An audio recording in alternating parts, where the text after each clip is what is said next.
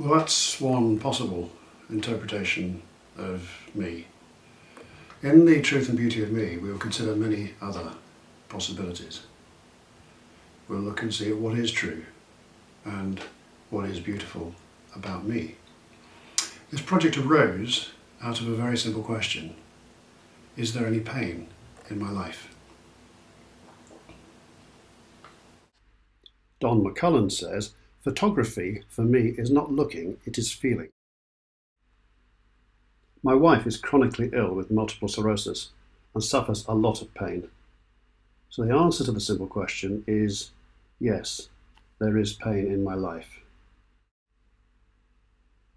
In my project, I want to produce a set of images that represent a truth about my inner state.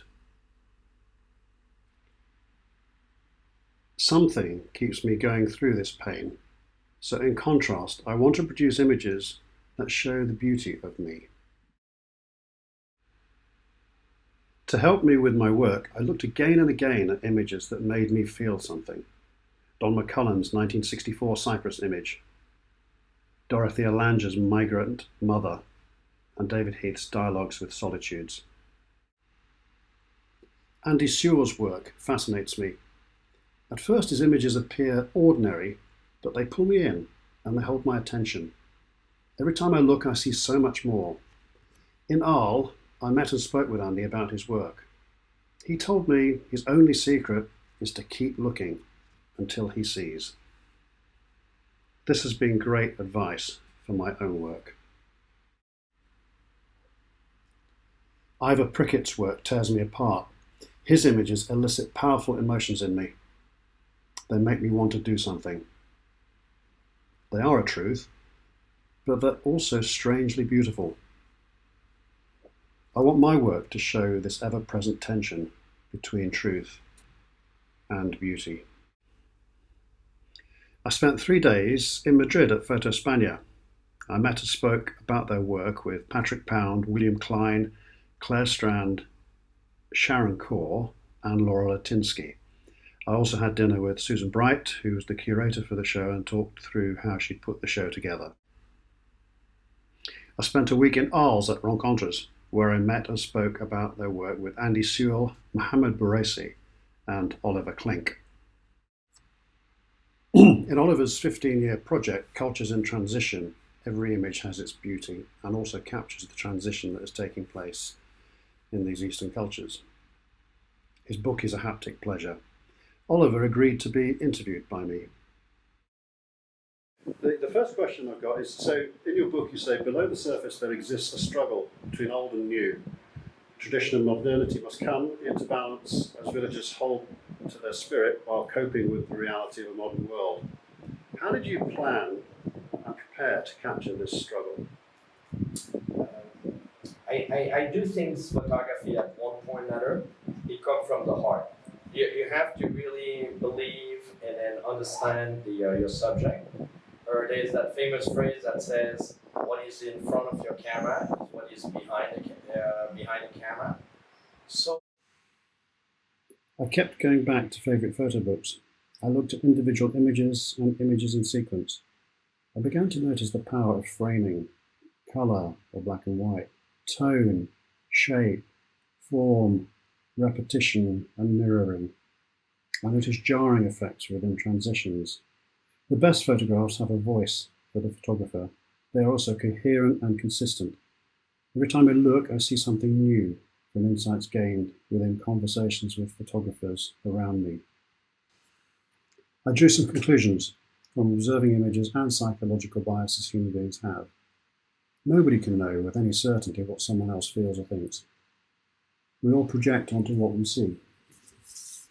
Our projections are based on our own experience of life and similar situations we've seen before. Fear, threat, pain, and boundaries all evoke strong emotions in us. Facial expressions and body posture signal commonly understood internal states. With all these fantastic inputs and conclusions, I kept producing work. I kept looking and trying out ideas inspired by other work I had seen. I played outside my habitual space.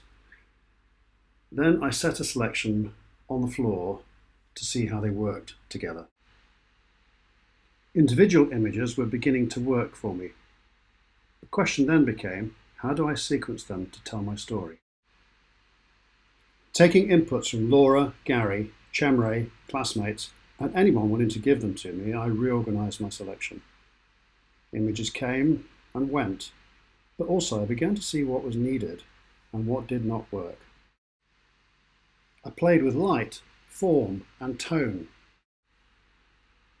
I sought different situations in my daily life and allowed focus to blur. I took images that I thought would add questions and interest to my work. As I did my work, there were two human biases I kept in mind. The first is that people seek data to be compatible with beliefs they currently hold. And the second is that people pay more attention to threat than to safety. So as I present my work, I realised I need to play to the projections of my viewer. Good work will surprise and make people test their own assumptions about truth and beauty. But what is true? In these two images I am smiling. In one I am happy and in the other I am distressed. Many people say you can always tell which is which by looking at the eyes.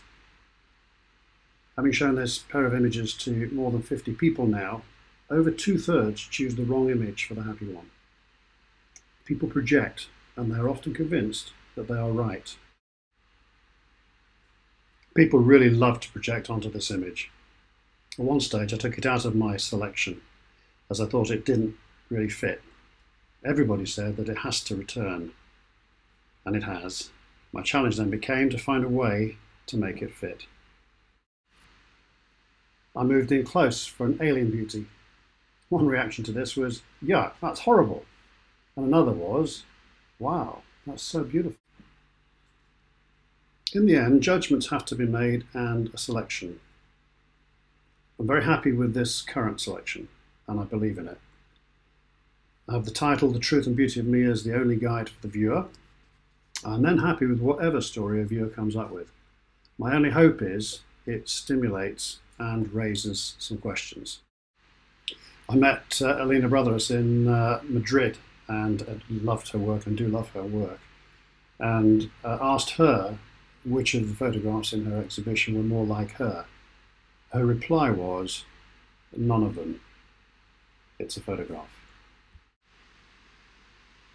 I enjoyed exploring other surfaces and in this case produced a photo book. Although amateurish, I learned so much by putting the whole thing together. My landings exhibition has also helped enormously in my work in progress. Workshops as a service is also something that I want to develop more into the future. I'm collaborating with two local artists, very exciting. One is going to sculpt my head, and the other is going to produce an oil painting of my head. So that's the current version of The Truth and Beauty of Me. It is a work in progress, as am I. I continue to be a work in progress. The next phase of the project will look at relationships.